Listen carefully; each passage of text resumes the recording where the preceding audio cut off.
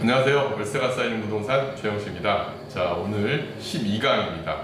오피스텔 일반 임대사업 등록하면 안 되는 이유 두 번째 시간으로 준비를 했습니다. 일단 왜 일반 임대사업자를 등록을 하는지 그 이유부터 이제 아셔야 될 것 같은데요. 주거용 오피스텔로 쓰는데 왜 일반 임대사업자를 등록을 하고 사무실로 굳이 등록을 해서 그리고 임차인한테 전입신고도 못하게 하고 왜 그런 이유가 발생하는지를 이제 하나씩 얘기를 해보겠습니다.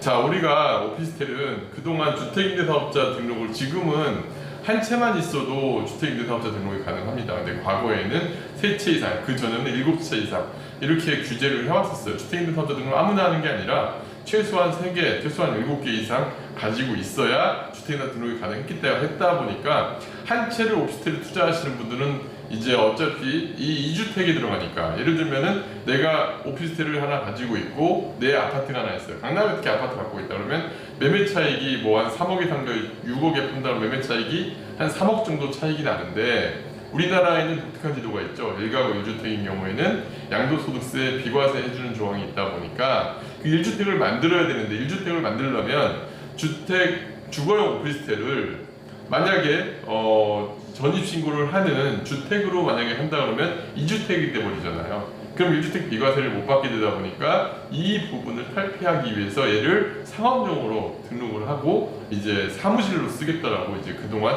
많은 분들이 오피스텔 임대사업을 등록을 했죠. 그러다 보니까 이제 이런 내용들이 나옵니다.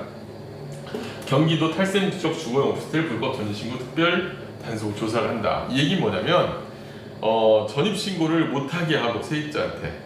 그럼 어떻게 되는 거냐면 나는 오피스텔을 주거용으로 임대를 줬는데 일반 임대사업자 등록을 했어요. 사업자 등록을 안 하면 그 오피스텔은 실질적인 서류상으로는 전입신고도 안 돼 있고 그렇다면 실질적인 서류상은 공실인 상황인 거거든요. 그러면 소득세가 없고 부가세도 없는 거예요. 사무실로 쓰는 건데.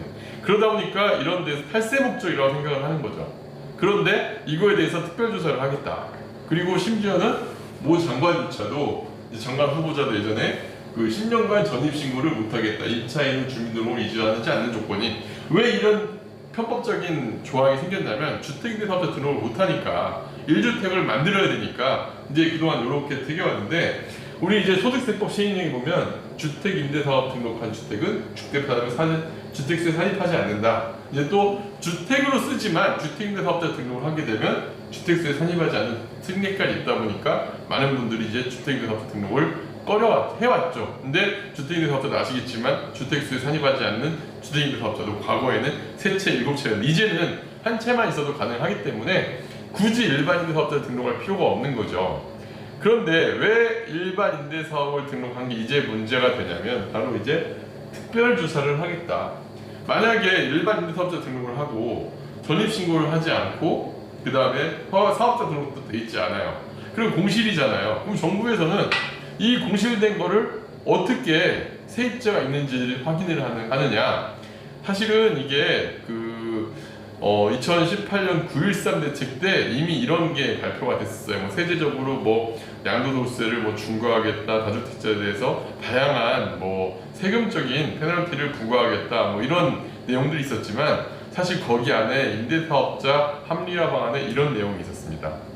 이게 이제 주택임대차 정보 시스템이라고 RHMS라고 하는 거예요. 2018년 9월 13일날 발표한 내용인데 여기에 보면 임대사업자 등록을 안 하더라도 그리고 주택임대사업자 등록을 하지 않는 그냥 일반 주택이 공실로 돼 있는 것처럼 전입신고가 안 돼 있는 경우를 하더라도 확인할 수 있는 방법이 있다는 거예요.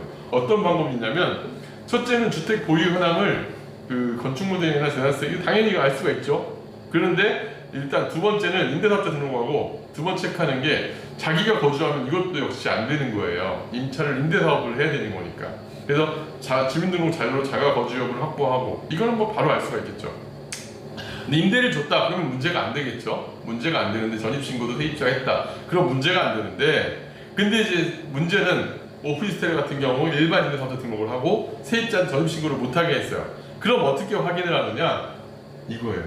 건축물 에너지 정보. 자, 세입자가 들어와 살고 있는데 공실이라 한다면 수도를 쓸까요? 안 쓸까요? 안 쓰겠죠. 전기도 안 쓰겠죠. 가스도 안 쓰겠죠. 이런 에너지 정보는 정부에서 전산으로 이미 다 제어가 되어 있어요. 여기에서 얼마가 나가고 있는지 얼마가 들어오고 있는지 다 확인이 되겠죠. 그래서 에너지 정보로 활용해서 세 번째 체크를 하겠다.